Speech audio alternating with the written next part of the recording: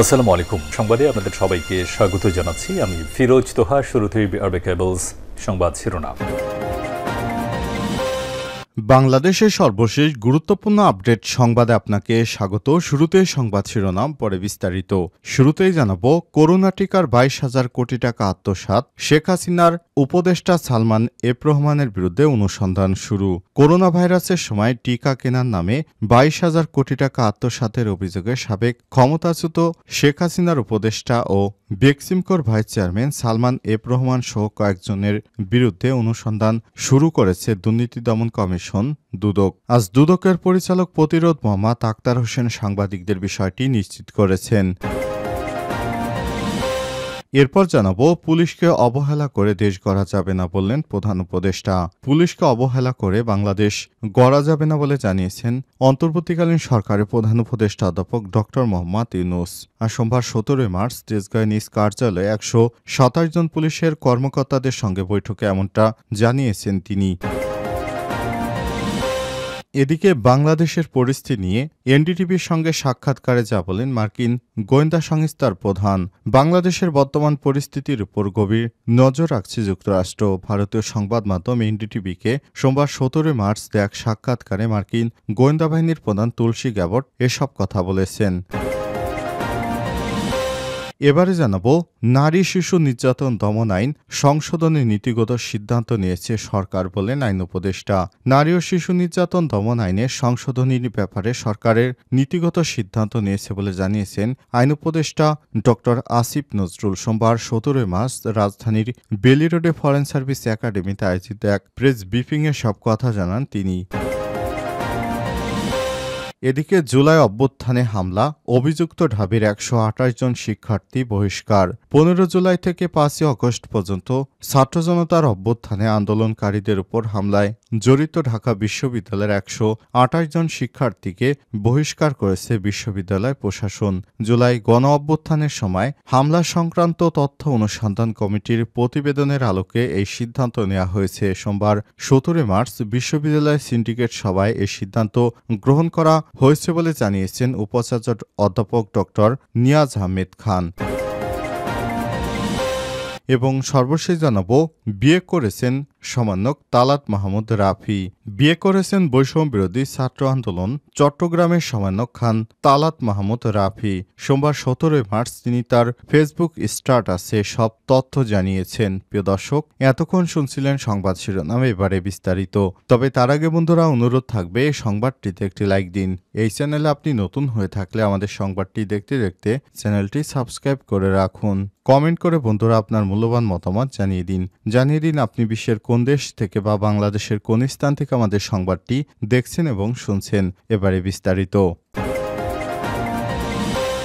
Corona টিকার 22,000 কোটি টাকা আত্মসাৎ, সালমান এফ রহমানের বিরুদ্ধে অনুসন্ধান শুরু। করোনা ভাইরাসের টিকা কেনার নামে 22,000 কোটি টাকা আত্মসাতের অভিযোগে সাবেক ক্ষমতাচ্যুত প্রধানমন্ত্রী শেখ হাসিনার উপদেষ্টা বেক্সিমকোর vice chairman Salman F Rahman সহ কয়েকজনের বিরুদ্ধে অনুসন্ধান শুরু করেছে দুর্নীতি দমন কমিশন দুদক। সোমবার দুদক মহাপরিচালক প্রতিরোধ মোহাম্মদ আক্তার হোসেন সাংবাদিকদের বিষয়টি নিশ্চিত করেছেন।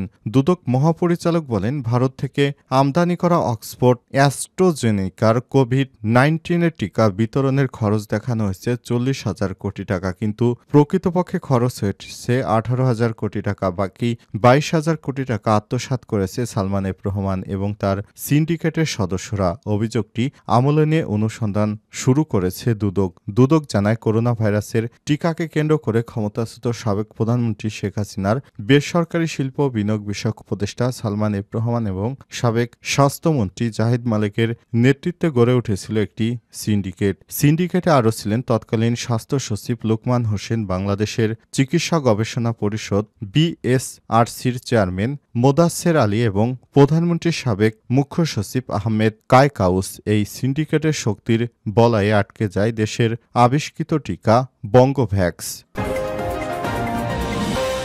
পুলিশকে অবহেলা করে দেশ গড়া যাবে না বললেন প্রধান উপদেষ্টা। পুলিশকে অবহেলা করে দেশ গড়া যাবে না বলে জানিয়েছেন অন্তর্বর্তীকালীন সরকারের প্রধান উপদেষ্টা অধ্যাপক ডক্টর মোহাম্মদ ইউনূস। সোমবার ১৭ মার্চ তেজগাঁয়ে নিজ কার্যালয়ে মাঠ পর্যায়ের ১২৭ জন পুলিশ কর্মকর্তাদের সঙ্গে বৈঠকে এমনটা জানিয়েছেন প্রধান উপদেষ্টা অধ্যাপক ডক্টর মোহাম্মদ ইউনূস। প্রধান উপদেষ্টা বলেছেন, আইন না থাকলে সরকার, গণতন্ত্র, নাগরিক অধিকার কিছুই থাকবে না, আর পুলিশকে অবহেলা করে দেশ গড়া যাবে না। আইন যদি সঠিকভাবে প্রয়োগ করতে পারি, শৃঙ্খলা যদি প্রতিষ্ঠিত করতে পারি, তাহলে সব যুদ্ধে জয়ী হওয়া সম্ভব। অধ্যাপক ডক্টর মোহাম্মদ ইউনূস বলেছেন, অন্তর্বর্তীকালীন সরকারের হাতে তো বেশি সময় নেই। আমরা ইতিমধ্যেই ৭ মাস পার করে ফেলেছি। আমরা বলেছি ডিসেম্বরে নির্বাচন হবে, কাজেই এরই মধ্যে আমাদের যে সামর্থ্য রয়েছে, যা যা সংস্কারের প্রয়োজন সেগুলো করতে হবে। কারো জন্য অপেক্ষা করলে আমাদের কোনো লাভ হবে না। সংস্কার কাজ করতে হবে এবং সেটি প্রতিষ্ঠা করতে হবে। পুলিশ বাহিনীকে নতুন বাংলাদেশ গড়তে কার্যকর ভূমিকা রাখতে হবে উল্লেখ করে তিনি বলেছেন, নির্বাচনের সময় অনেক চাপ আসবে, সে সময় পুলিশ বাহিনীকে শক্ত থাকতে হবে। যে সরকার আসবে তা যেন আইনের মাধ্যমে হয় সেটি নিশ্চিত করতে হবে। সবাই অন্যদের মতো স্বরাষ্ট্র উপদেষ্টা অবসরপ্রাপ্ত লেফটেন্যান্ট জেনারেল মোহাম্মদ জাহাঙ্গীর আলম চৌধুরী, স্বরাষ্ট্র সচিব নাসিমুল গনি, পুলিশের মহাপরিদর্শক আইজিপি বাহারুল আলম প্রমুখ বক্তব্য রাখেন। এছাড়াও মাঠ পর্যায়ের কর্মকর্তাদের মধ্যে চট্টগ্রাম রেঞ্জের ডিআইজি হাসান হাবিব পলাশ ও রাজশাহী রেঞ্জের ডিআইজি ফারজানা ইসলাম এতে বক্তব্য রাখেন। বাংলাদেশের পরিস্থিতি নিয়ে এনডিটিভির সঙ্গে সাক্ষাৎকারে যা বললেন মার্কিন গোয়েন্দা সংস্থার প্রধান। বাংলাদেশের পরিস্থিতির উপর গভীর নজর রাখছে যুক্তরাষ্ট্র। ভারতীয় সংবাদ মাধ্যম এনডিটিভিকে সোমবার ১৭ মার্চ দেয়া এক সাক্ষাৎকারে মার্কিন গোয়েন্দা বাহিনীর প্রধান তুলসী গ্যাবার্ট এসব কথা বলেছেন। বাংলাদেশের সংখ্যালঘুদের উপর তথাকথিত নির্যাতন নিয়েও তিনি কথা বলেছেন বলে এনডিটিভির প্রতিবেদনে বলা হয়েছে। তবে বিষয়টি সত্য কি মিথ্যা এখনও শিওর হওয়া যায়নি।